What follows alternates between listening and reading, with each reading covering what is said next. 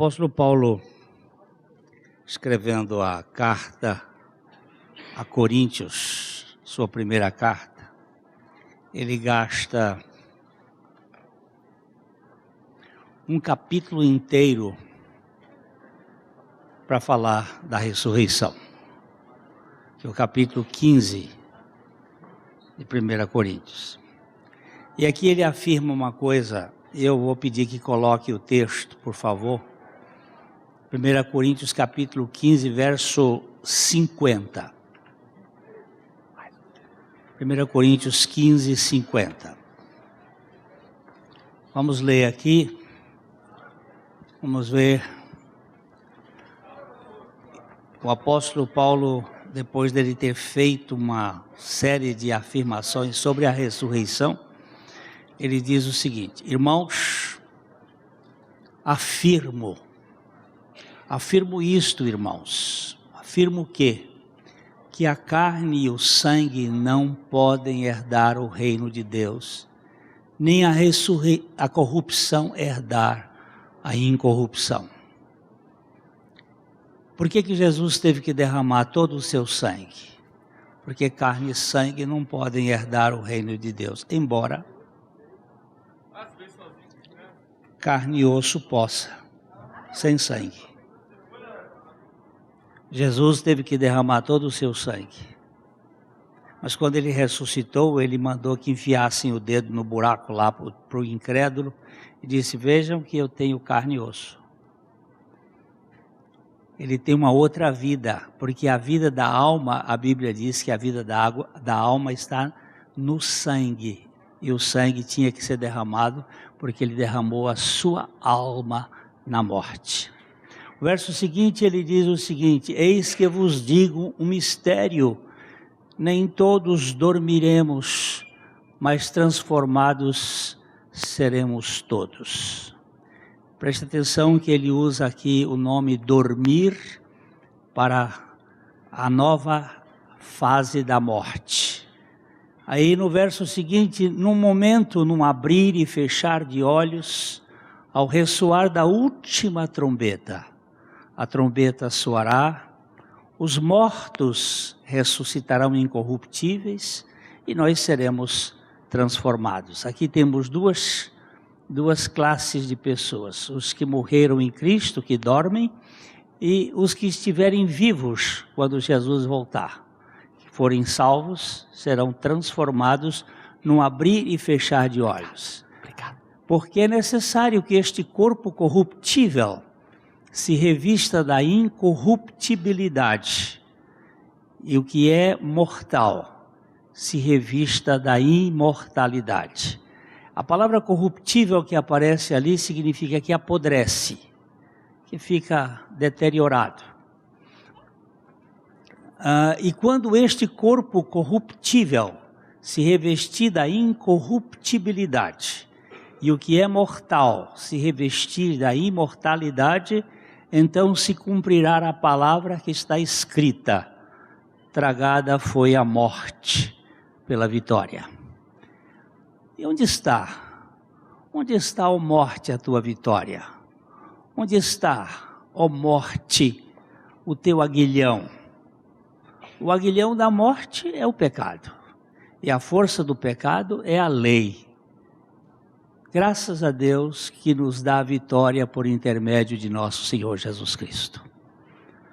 Portanto, meus amados irmãos, sede firmes, inabaláveis, sempre abundantes na obra do Senhor, sabendo que no Senhor o vosso trabalho não é vão. Então, queridos, o cristianismo tem dois pontos importantes: o Calvário e o Jardim de Gordon. O lugar onde Jesus morreu, foi crucificado, levando não os seus pecados, mas os meus. Poderia dizer, os nossos. Morrendo uma morte que não era dele, e ressuscitou para ser a nossa vida. Quarta-feira passada nós estivemos aqui no velório da Monique. Seus pais hoje estão aqui. Eu cheguei perto do corpo da Monique, ali onde estava o seu pai. Eu olhei para ela e eu disse: menina, abre os olhos, porque ela estava tão tranquila. Eu nunca na minha vida ministerial vi uma pessoa que dormia no Senhor com tanta tranquilidade no rosto. E eu só disse assim: abre os olhos, menina. Mas ela vai abrir, porque os que estão em Cristo vão abrir. E hoje nós vamos ter aqui um judeu do tempo de Jesus. Um judeu que vai falar do que aconteceu naquele dia. O dia mais importante da fé cristã. Porque se tem uma sexta-feira, que eu acho que é quinta, mas é só uma questão de discussão teológica aí, de posição de tempo, se é quinta ou sexta, se esse dia for um dia tenebroso, escuro, terrível, a madrugada de domingo com aquela sepultura escancarada, é um dia de muita alegria. Por que vocês estão buscando dentre os mortos aquele que vive? E esse judeu, é um judeu do primeiro século, vai estar aqui hoje. E vocês vou pedir que o judeu entre.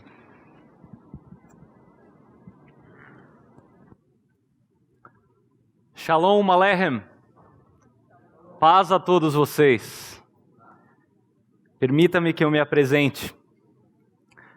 O meu nome na minha língua é Sefaniahu.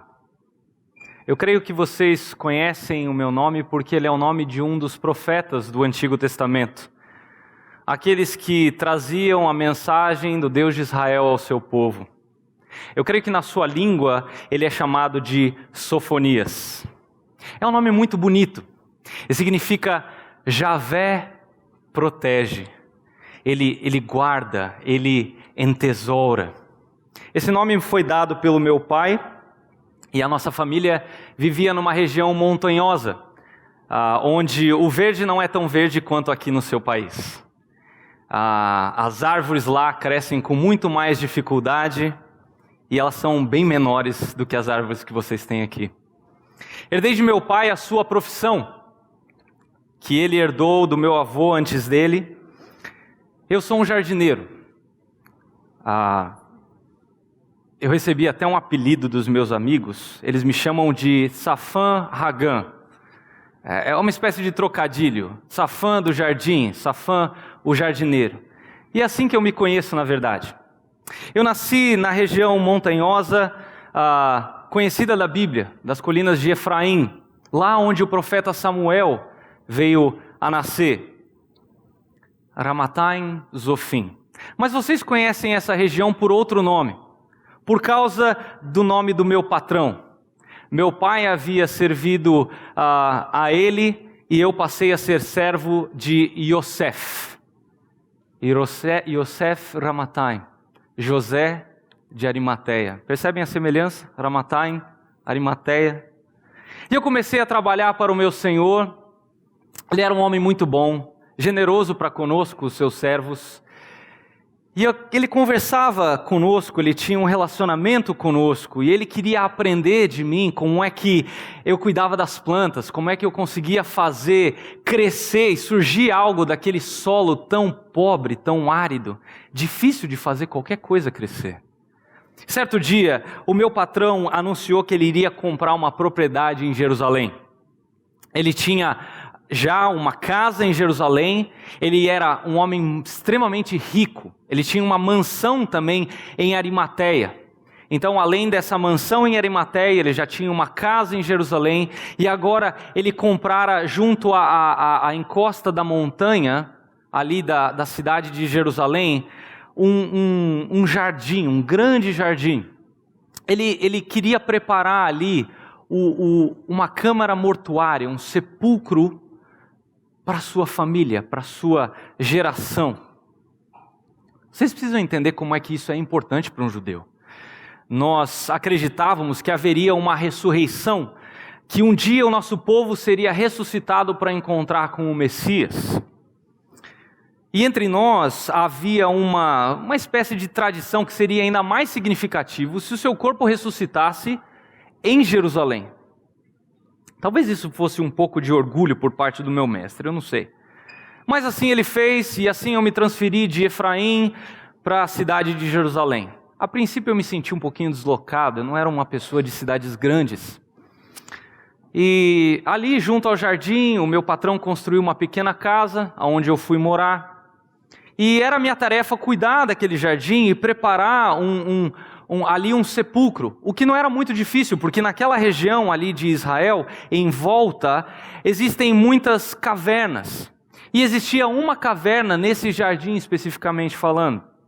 E ali trabalhando, cuidando das pedras, cuidando das plantas, mais pedras do que plantas, algumas oliveiras antigas, algumas poucas plantas que podiam dar flores, quase nenhuma planta que pudesse dar fruto. Eu preparei ali um lugar muito bonito, para um dia que eu esperava que nunca chegasse, a morte do meu patrão. Como eu disse, ele era um bom patrão. Mas, uma certa altura da sua vida, alguma coisa mudou. Ele era um membro do Sanhedrin, o conselho do meu povo, que vocês conhecem por Sinédrio. E nesse grupo havia uma pessoa que se tornou amiga dele. O seu nome era Nicodemos. E vez após vez, Nicodemos veio conversar com o meu patrão. Eles foram na sua casa em Jerusalém, também estiveram na sua propriedade em Arimateia. E eu percebi que esse homem tinha alguma coisa de especial. A maneira com que ele falava sobre o reino de Deus, era como se esse homem conhecesse o reino de Deus, muito melhor do que nós que esperávamos o reino de Deus. Aliás, parecia que esse homem entendia que o reino de Deus havia chegado. E eu percebi que o meu patrão acreditou nele. Percebi que a sua vida começou a ser transformada por essa nova convicção.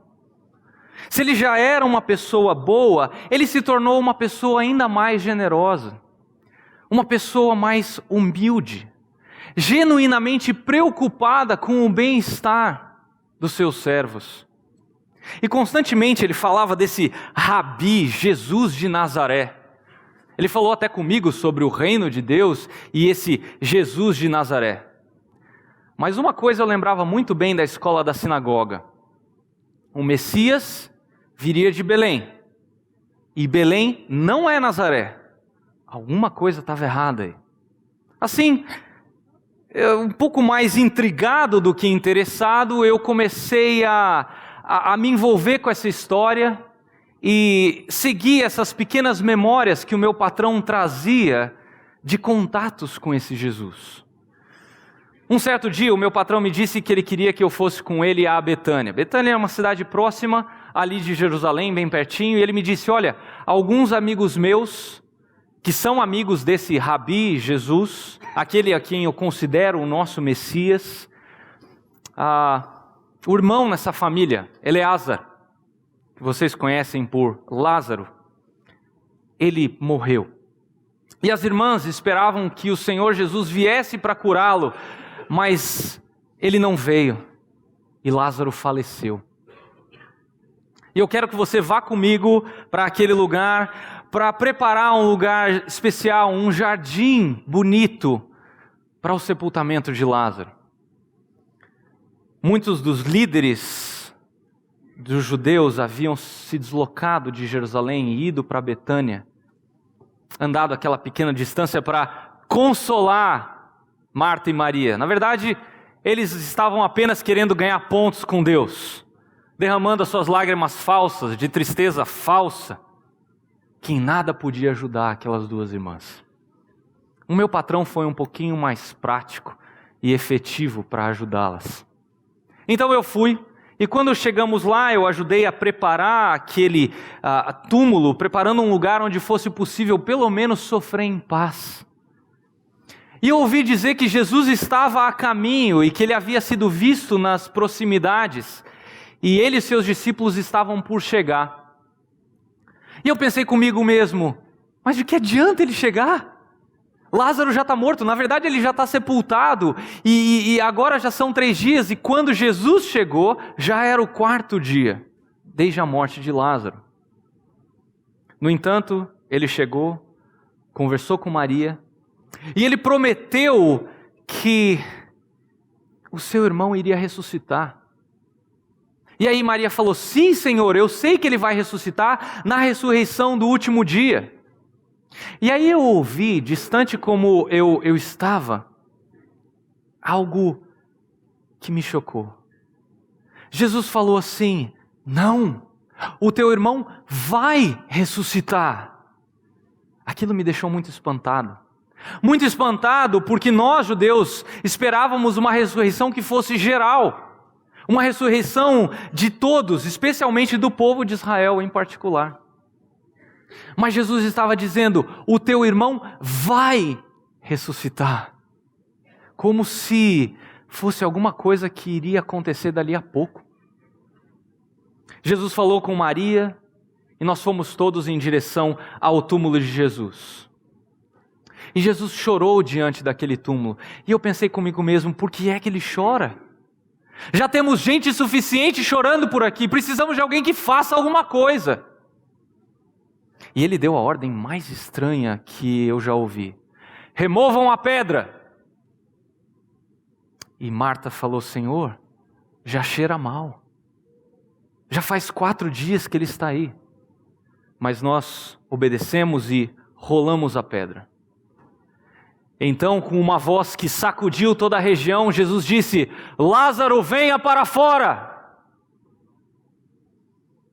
E aquele que havia estado morto por 4 dias, saiu ainda trôpego, andando, envolto nas suas ataduras. E ali eu criei no que vi e criei de mim mesmo. Pensando, essas coisas não acontecem toda hora. Embora meu patrão já havia dito que ele tinha ressuscitado outras pessoas. E aos poucos o meu patrão foi me explicando, Safã, esse é o Jesus, o Messias que nós esperávamos.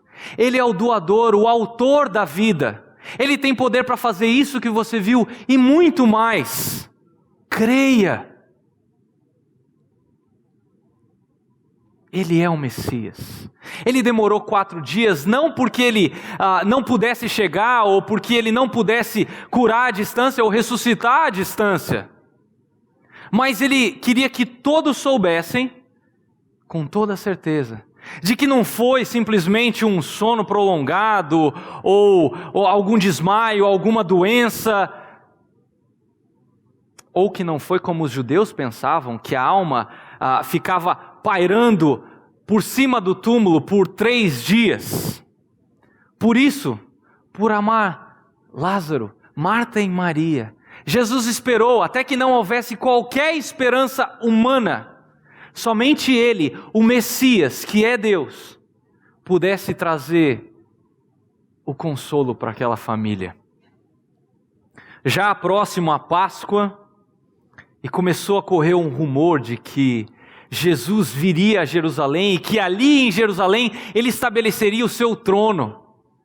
E como todo judeu que se prezava, eu esperava isso agora mais do que nunca. E aquele grande dia chegou, o dia em que as multidões se acotovelavam na estrada a caminho de Jerusalém. E ao saberem que Jesus vinha, as pessoas ficaram ainda mais agitadas. Elas ficaram tão felizes que elas cortaram ramos de palmeira. Elas estenderam os seus mantos sobre o chão. E elas começaram a cantar, Hoshaná, Hoshaná, Baruch Haba Hashem Adonai. Hosana, Salve agora ao Senhor. Bendito o Rei que vem em nome do Senhor. Bendito o reino que vem em nome do Senhor. Ao ouvir isso eu fiquei tão empolgado. Porque parecia que aquele sonho de todo judeu, de que a nossa nação seria novamente livre, novamente soberana, novamente poderosa, estava prestes a se concretizar. E aquela grande multidão de peregrinos ali, que subia para Jerusalém para a Páscoa, também carregava consigo essa emoção, esse sentimento e essa esperança. Que grande esperança! Seguida de uma completa decepção. Jesus entrou montado num jumentinho, símbolo de realeza, não de humildade apenas. Símbolo de ser ele, o filho de Davi, herdeiro das promessas feitas ao grande rei de Israel. Mas ele entrou em Jerusalém, foi ao templo, fez uma limpeza no templo, algo que todos nós gostamos, porque a gente já estava cansado da ganância dos sacerdotes, daquele bazar de Anás lá. E aí ele saiu de Jerusalém com seus 12 discípulos, o povo ficou ali sem saber o que fazer. Eu também fiquei decepcionado, porque eu estava esperando grandes milagres ali em Jerusalém. Eu vi Jesus discutir com as autoridades, pronunciando seus ais contra os fariseus hipócritas e gananciosos. Mas só. Onde é que estava a glória? Onde é que estava o poder? Onde é que estava o trono? E aí eu soube que ele havia sido traído por um dos seus discípulos, que havia sido entregue aos principais dos sacerdotes e fariseus para ser julgado. E julgado ele foi, julgado pelos judeus, julgado pelos romanos, julgado por Herodes, aquele traidor entreguista. Nenhum deles podia de fato achar alguma condenação digna de morte. Mas ainda assim ele foi condenado. E Pilatos covardemente lavou as suas mãos e o entregou para ser crucificado. Tarde e noite do dia da Pessá. Os cordeiros haviam sido mortos, a refeição havia sido servida, e aquelas 3 cruzes sobre o Gólgota. Meu Senhor me chamou e falou: vamos, Safã, temos algo a fazer. E junto com algumas mulheres que haviam ficado ali aos pés da cruz, e Nicodemo, seu amigo, nós descemos aquele corpo inerte daquele que nós esperávamos ser o nosso Messias. Nós o embrulhamos em lençóis de linho, as mulheres trouxeram especiarias, Nicodemos trouxe especiarias, porque não convinha que um rabi tão famoso, tão santo, fosse enterrado sem a aparação apropriada. Removemos o corpo, colocamos as especiarias e o levamos até o jardim que o meu Senhor havia adquirido lá em Jerusalém. E eu me lembrei de uma história que eu ouvi lá na sinagoga, tirada lá do profeta Isaías, que disse o seguinte: deram a ele a morte de um criminoso, mas ele esteve com o rico em sua morte. Ah, sim, a tumba que ainda não havia sido usada, que era para ser usada, inaugurada com a morte do meu patrão. E agora estava sendo usada para enterrar aquele que nós pensávamos ser o nosso Messias. Que noite triste. Quando a manhã do Shabat chegou, foi o sábado mais triste da minha vida. A terra parecia de luto. As flores e plantas que eu plantei ali, elas parecem que tinham perdido toda a beleza. Uma tumba ali com uma pedra enorme era o que restava. Uma pedra que foi rolada para baixo e ela selava a entrada daquele túmulo. Com o selo de Roma nela e uma guarda de soldados romanos ali, postada para impedir que aquele túmulo não fosse violado. Roubar túmulos era uma prática comum em todo o Império Romano. E era crime em Israel, e ainda um crime mais sério se aquele túmulo tivesse o selo de Roma. Aquele sábado parecia interminável para mim. Mas quando finalmente chegou o primeiro dia da semana, eu não acordei com o canto de pássaros ou esses veículos automotivos que provavelmente vocês ouvem de manhã. Não, eu acordei com a terra chacoalhando e a minha pequena casa sendo completamente chacoalhada. E assustado, eu saí de casa, que é a coisa mais importante a se fazer quando tem um terremoto. E quando eu saí ali, eu descobri que estava tudo em confusão. Soldados romanos correndo para todo lado. Vocês não fazem ideia do que são 16 romanos aterrorizados. Alguma coisa estava acontecendo ali que ninguém sabia explicar, muito menos eu. E ali de repente, mulheres chegaram. Sim, aquelas mulheres que haviam levado especiarias no momento da morte de Jesus, elas voltaram trazendo especiarias para colocar lá no túmulo. Eu cocei a cabeça pensando, como é que elas vão entrar? A pedra pesa umas 2 toneladas. Aquela pedra que travava a entrada do sepulcro. E eu segui de longe, meio que curioso, tentando ver o que ia acontecer. E ao chegar lá, eu me espantei, porque aquela pedra havia sido removida. Mas não havia sido removida como normalmente uma pessoa removeria. Qualquer pessoa, em seu pleno juízo, empurraria a pedra na horizontal. Mas aquela pedra não havia sido rolada na horizontal. Ela foi rolada de volta para o seu lugar original. Isso está lá no Evangelho de Marcos, você pode conferir. O que prova que o que aconteceu ali não foi simplesmente alguém ter chegado e ter rolado uma pedra de 2 toneladas. Ela volta para o seu lugar original, e aquilo me disse que havia algo sobrenatural acontecendo ali. Com certeza para fechar a boca dos romanos.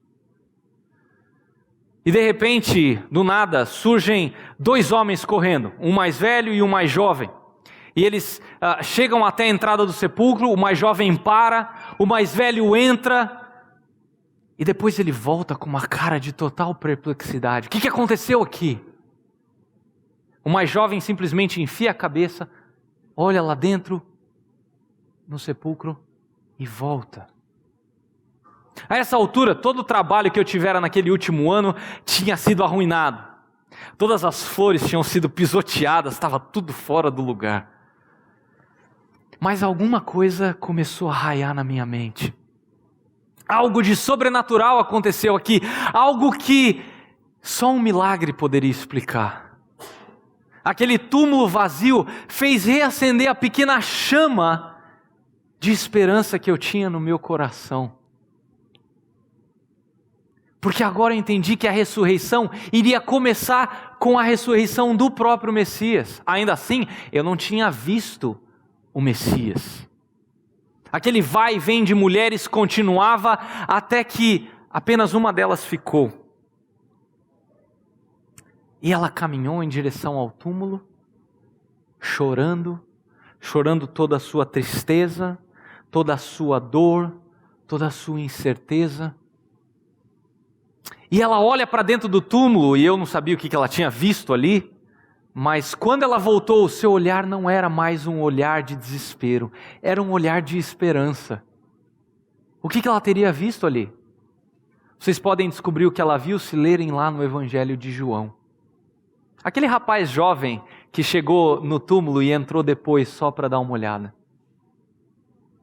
Marta, essa mulher, sai caminhando, naquela ainda meia luz da madrugada, a coisa não estava muito clara, dia nascendo, e aí ela se encontra, se esbarra com alguém, e essa pessoa pergunta a ela: mulher, quem você está procurando? E ela diz: senhor jardineiro, se o senhor o tirou daqui, diga-me onde o senhor colocou, porque eu vou pegá-lo. Meus amigos, ela pensou que ele fosse eu. É o caso mais impressionante de identidade confundida da história. Ela pensou que o Messias fosse eu. Essa ilusão durou apenas o tempo necessário para que ele falasse Mariam, Maria, em aramaico. E ela caiu prostrada aos pés de Jesus em adoração. E eu de longe fiquei pensando, ela pensou que ele fosse eu.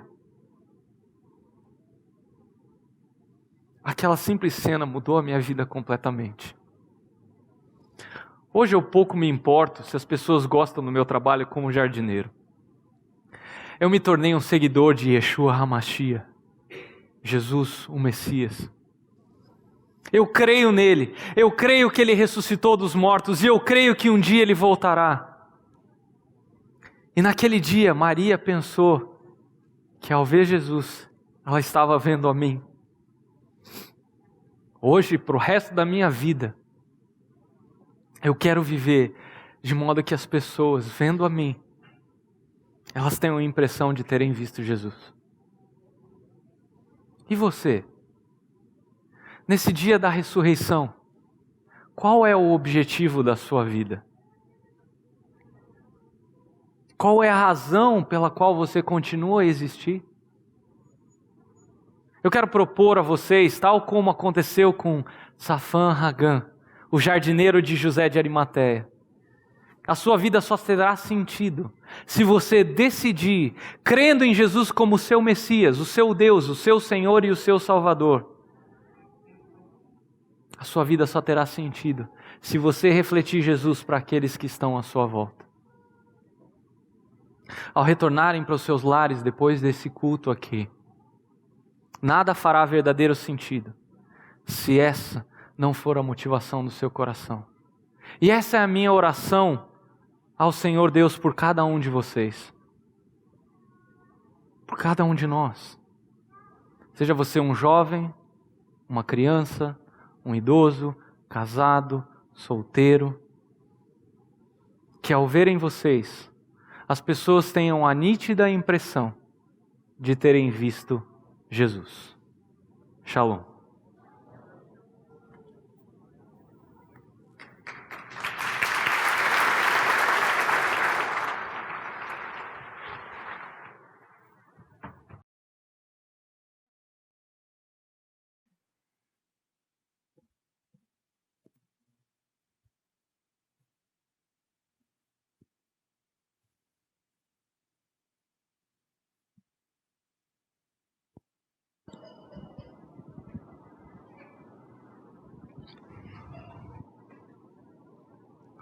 Saulo, Saulo,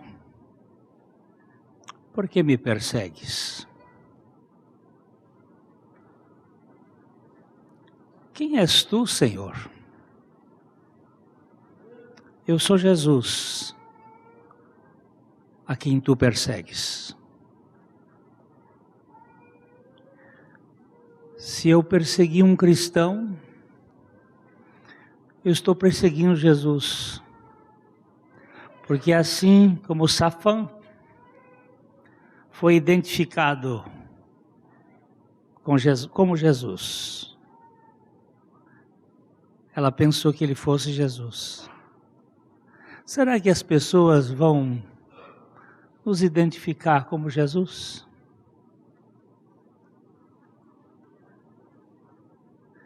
Será que eles vão nos olhar e ver que Jesus vive em nós?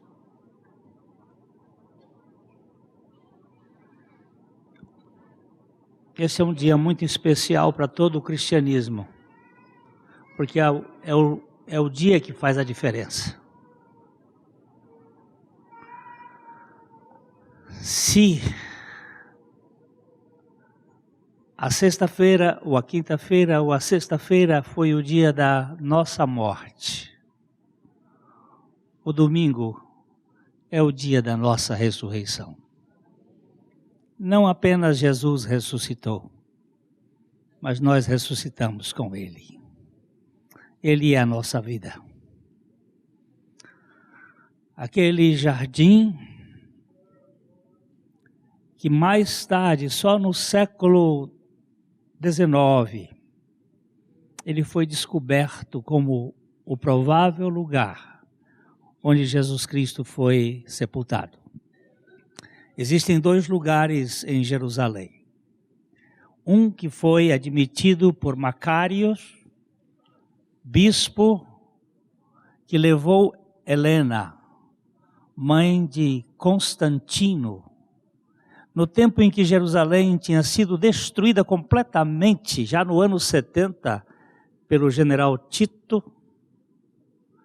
Jerusalém foi completamente demovido, todas as muralhas e o templo, e não havia pedra sobre pedra, ninguém sabia exatamente o local. Macário supôs que o templo de Jesus ficaria ali naquele local que Helena mandou construir uma capela, que é chamada de a Capela do Santo Sepulcro. Só que mais tarde, na reconstrução de Jerusalém, descobriu-se que os muros de Jerusalém passavam em outro local, e não naquele, certamente Jesus não foi enterrado dentro de Jerusalém, mas fora. Fora estava o Calvário, que é a pedra que os construtores rejeitaram. E fora estava o Jardim de Gordon, bem próximo do Calvário. Porque a palavra de Deus diz que havia ali um jardim bem próximo ao lugar da sepultura, da crucificação. Então, o general Gordon, do exército inglês, olhando para a pedra, ele viu o lugar da caveira. Hoje, a gente quase não pode mais identificar por causa da erosão, mas ainda se percebe um pouco dos olhos, um pouco do resto do nariz, de uma figura de uma caveira. E logo do lado está o Jardim de Gordon, o jardim onde Jesus foi sepultado. Porque foi num jardim que o homem pecou. Foi num jardim que a humanidade caiu. Foi num jardim que Jesus Cristo ressuscitou, para que nós ganhássemos uma nova identidade. Não mais Adão, mas Cristo vivendo em nós. Que o Senhor nos dê a consciência de que esse não é um dia qualquer. Os judeus comemoravam a Páscoa no dia 14 de Abib. Nós comemoramos a Páscoa todos os domingos. A nossa Páscoa é diferente da dos judeus. A deles era uma vez por ano. A nossa é uma vez por semana. Porque todo domingo se lembra, como dizem os russos que tinham aqui, quando eu cheguei nessa igreja há 45 anos atrás, tinha muitos russos, absarábios, tinha muitos daquela região, e eles diziam para mim no dia da Páscoa, Christos vos cres. E eu tinha que responder, vaístes vos cres. Cristo ressuscitou, verdadeiramente ressuscitou. Cristo ressuscitou. Nós não temos um defunto numa tumba, nós temos um Senhor num trono. Ele ressuscitou para ser a nossa vida. Espero que você ganhe essa dimensão, que o cristianismo não é um Deus, o evangelho de um Deus morto, mas o evangelho do Deus que vive para sempre, e nós vivemos com Ele. Ele é a nossa vida. Um bom domingo, uma boa Páscoa dessa semana, e na semana seguinte nós estaremos aqui nessa manhã celebrando a Páscoa do Senhor, porque ela se reedita cada final de semana. Nós temos um início da semana eterna do Senhor. A Livraria PIB Londrina procura selecionar cuidadosamente seus títulos e autores a fim de oferecer um conteúdo alinhado com o Evangelho de Jesus Cristo. Bíblias, livros de teologia, devocionais, literatura infantil, biografias, comentários bíblicos e muito mais. Dispomos também de um acervo de CDs e DVDs das mais de 5.000 mensagens ministradas na Primeira Igreja Batista em Londrina. Visite a Livraria PIB Londrina e conheça ainda mais. Livraria PIB Londrina, de segunda a sexta, das 13h30 às 18 horas. Endereço na Avenida Paraná, 76A, próximo ao Calçadão, bem no centro de Londrina. Ligue para 3372-8921 ou acesse o site www.livrariapiblondrina.com.br.